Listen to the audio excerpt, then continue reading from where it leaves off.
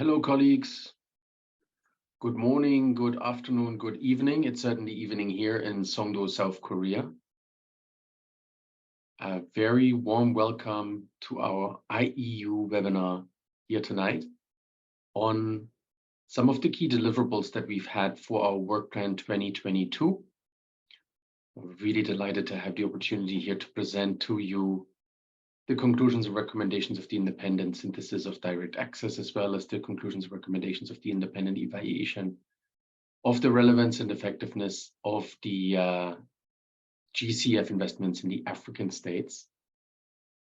We're just waiting for all the remaining passengers to come from the waiting room here into the main conference room so we can start shortly. Once again, thanks for coming. Glad to have you all here.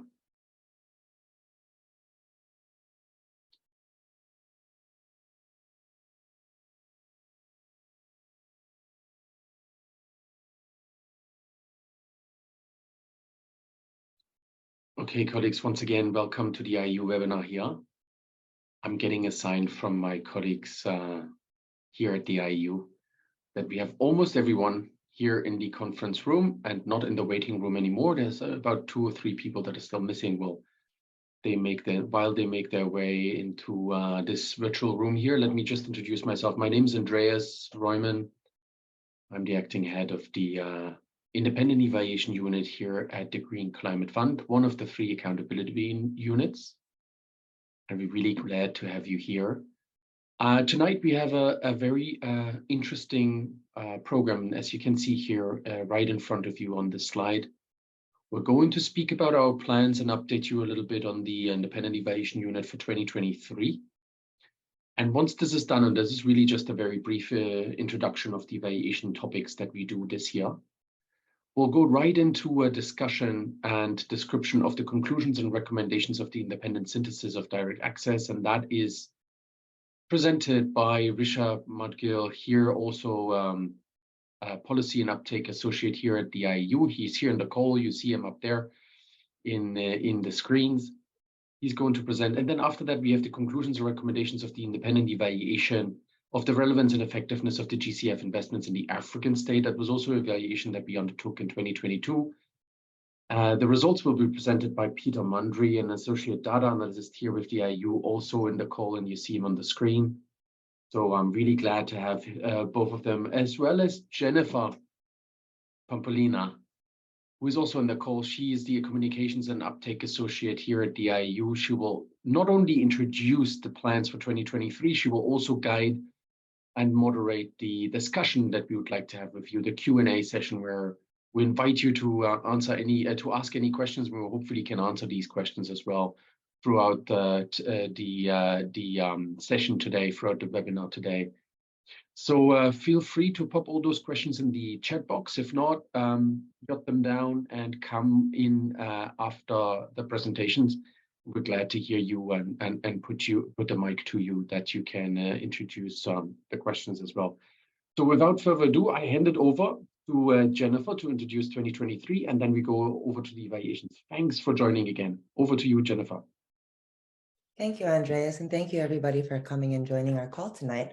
So I'm just going to go to the next slide. So I wanted to quickly go over the plans for 2023 for the Independent Evaluation Unit to let you know what evaluations we'll be undertaking. So this year we'll be doing 3 new independent evaluations, one on the GCF's investments in the energy sector, one on the GCF investments on the investment framework, and one on the GCF's readiness and preparatory support program.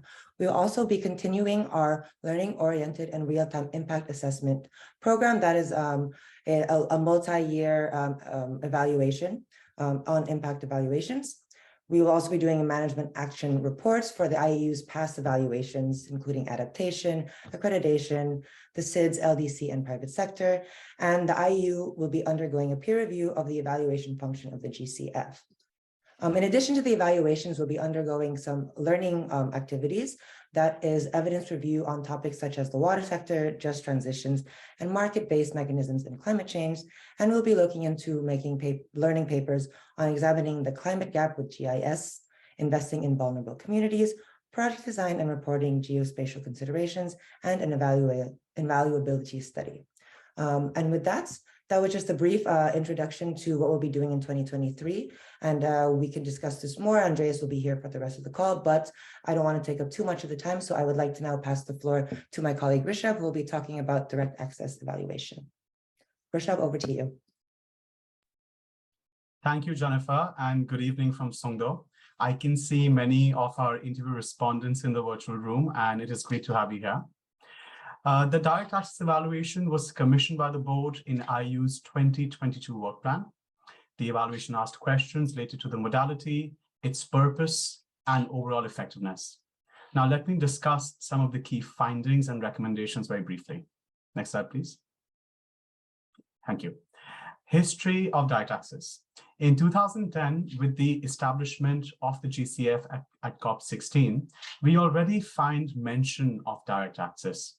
Next, in 2011, submissions to the Transitional Committee showed different schools of thoughts emerging. Developing country parties mentioned direct access more than the developed countries.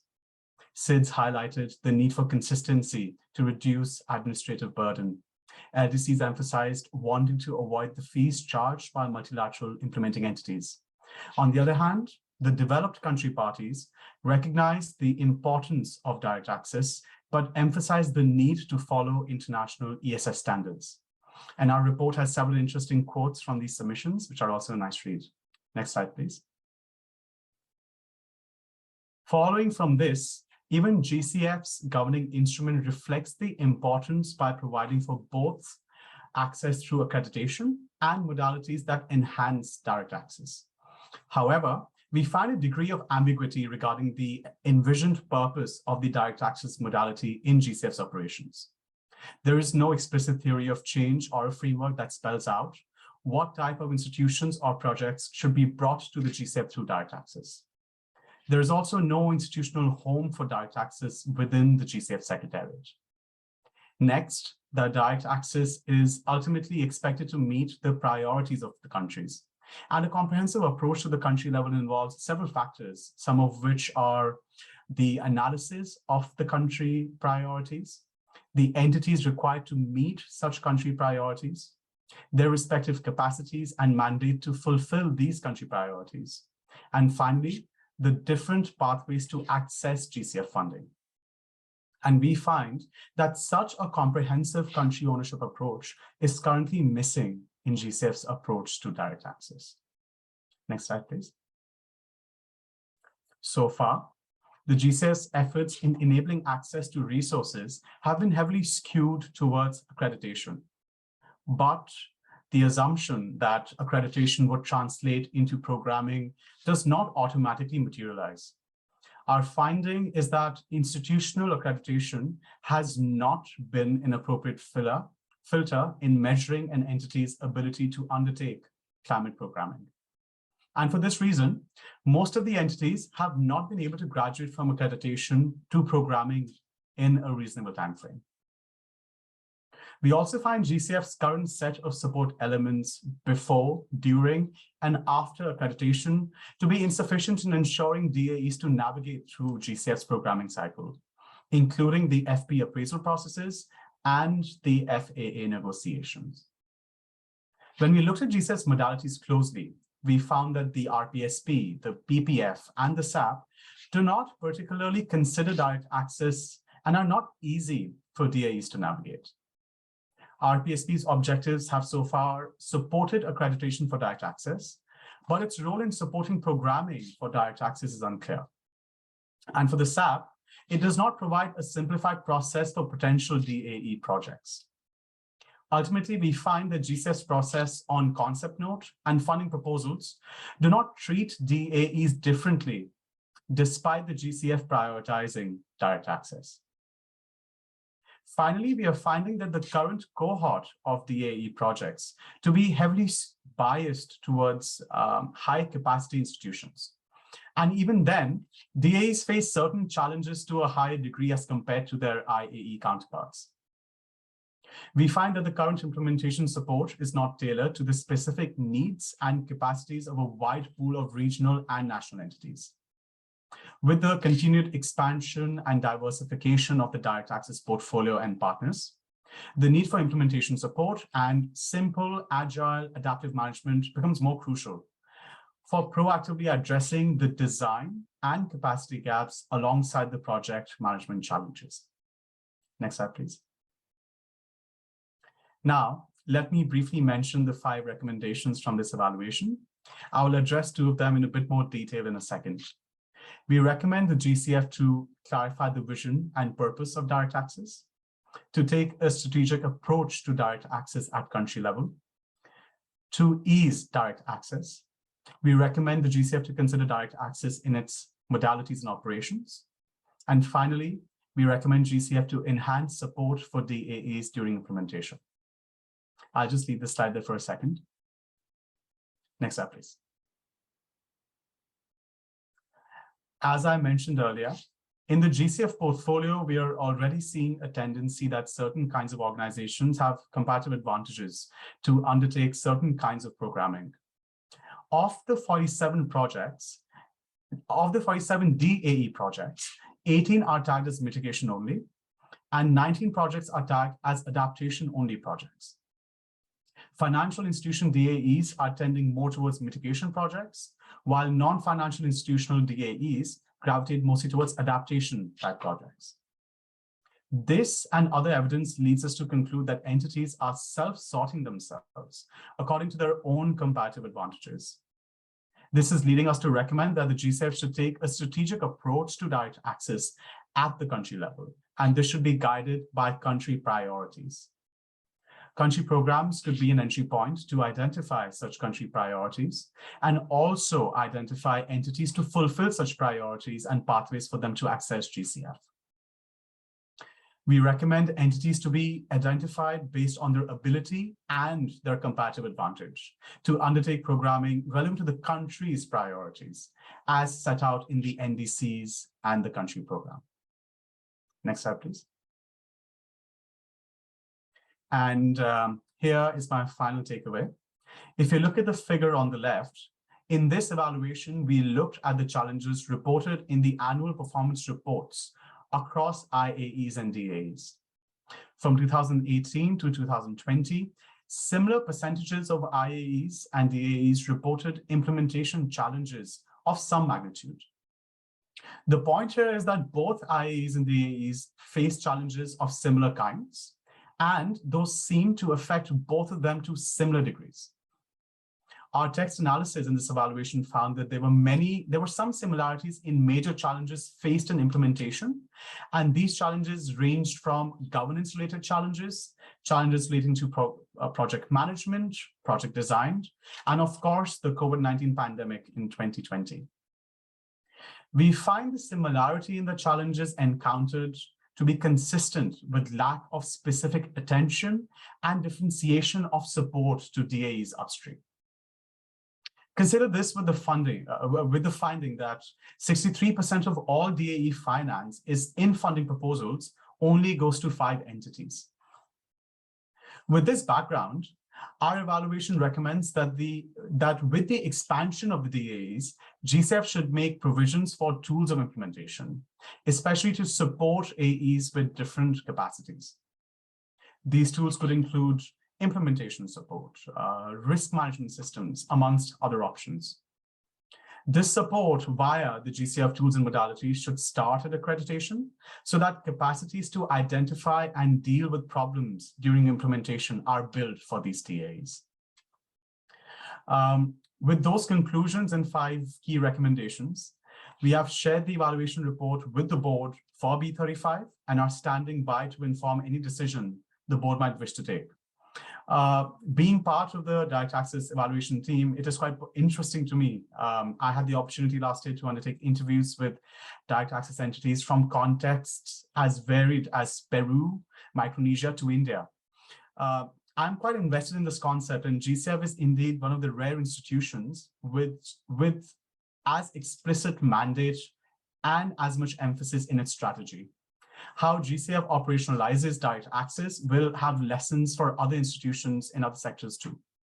I look forward to the decision of the board on this evaluation and the consideration in the future USP. Thank you. And with this, I hand the floor to you, Jennifer. Thank you, Rishab. I'm going to move quickly to the next presentation so that we can have time for a discussion towards the end. So with that, I will pass the floor on to our colleague, Peter Mondi. Peter, the floor is yours. Thank you, Jennifer. And now I will take you through the conclusions and recommendation for independent evaluation of the relevance and effectiveness of the GCF's investment in the African states. Next slide. And I will start by looking at the portfolio of the GCF in the African states. And by now, the GCF have approved 85 GCF funded projects in the African states, which is equal to 41% compared to other regions, worth of 3.9 billion. And self-reported data from funding proposals shows that approved projects in African states are expected to reach over 200 million beneficiaries, and this is direct or indirect, and reduce equivalent to over 360 million metric tons of carbon dioxide equivalent. Next slide. On the balance between mitigation and adaptation, the GCF portfolio is weighted towards mitigation result areas. And our data analysis shows that approved projects are largely targeted towards mitigation with nearly 6% of its financing, specifically skewed towards energy generation and access result areas with more than 40% of total financing in the African states. And here we conclude that, next slide. We conclude that the GCF has been relevant to the African states in line with international agenda on climate action. However, its portfolio is weighted towards mitigation result area. Next slide. There is limited complementarity and coherence and coordination with other climate funds in the African states. And given that the GCF is the largest contributor among other multilateral climate funds in Africa, and here we look at the GEF, CIF, and Adaptation Fund, and we find that the GCF has approved 58% of financing from 2015 to 2022, which is larger compared to others. And the GCF Secretariat has pursued an intentional high-level approach to cooperation with the GEF, but to far less extent with the Adaptation Fund and CIF. Next slide. On the bright side, based on the case study conducted for this evaluation, cooperation across funds and their agencies is observed in the Green Great Wall initiatives across Sahel countries. And here we look at the Green Financing Facility project, which this is a GCF project developed in collaboration with IFAD and UNCCD as part of the effort to increase impact of its project in Sahel region, and is implemented by the GCF and GEF parallel. And this collaboration effort can be replicated in accelerating the implementation and scaling up of the Green Great Wall initiatives. And the GCF involvement in the Green Great Wall initiatives is highly relevant and responsive to the challenges of the region, countries, and communities. With this one, we conclude that regional or portfolio level complementarity efforts among other climate funds are still limited in the African states. Next slide. The GCF set out its stakeholder engagement expectation in a set of relevant policies. However, it mostly occurs at the design stage of the project cycle and drop off at the implementation stage. Also, CSOs perceive themselves to be marginal contributors to the GCF, while at the same time being uniquely placed as resources to support the paradigm shift that the GCF seeks to achieve at the local adaptation activities.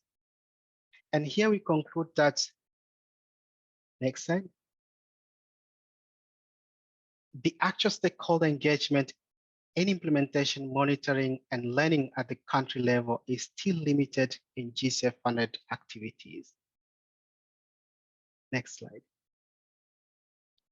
The evaluation also found that accessing GCF is still a challenge for African states. And to date, 6 countries in Africa have not received any GCF-funded project. And in addition, 17 countries are without any single country-funded project. And through stakeholder interviews, what we conducted through the evaluation process, English-only policies, guidance, and templates have mostly cited as the obstacles, and perceived distance makes GCF difficult to establish and maintain working relationship with the countries, and this is related to remoteness, time zones, and working culture. Next slide.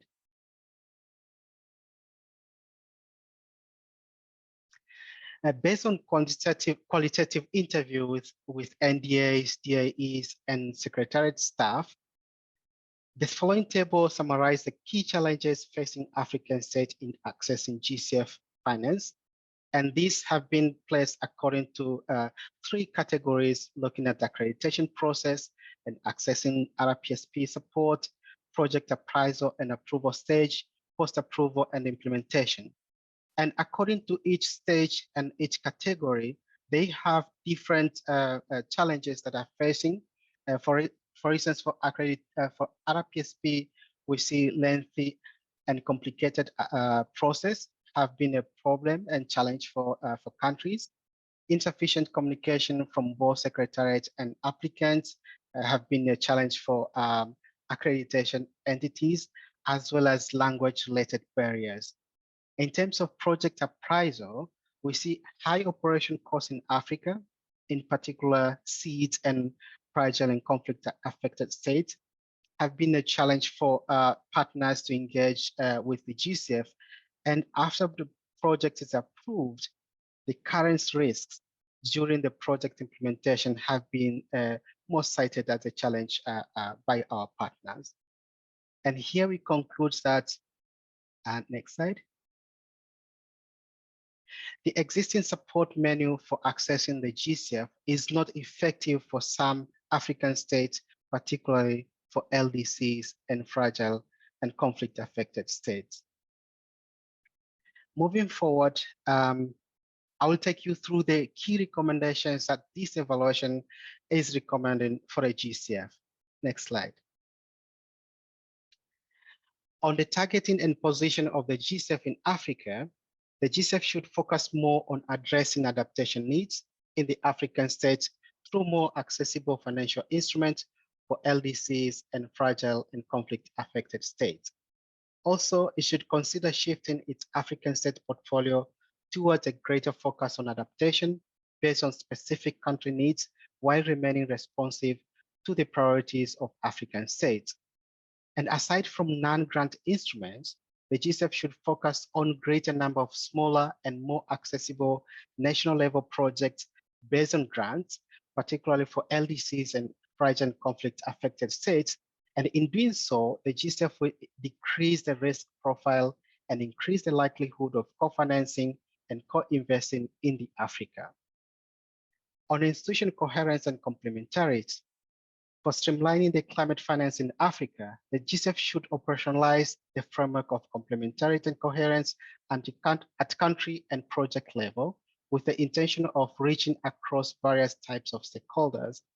And it should further engage with other climate funds to lead process for systematic and increased information exchange on project planning, development, and implementation.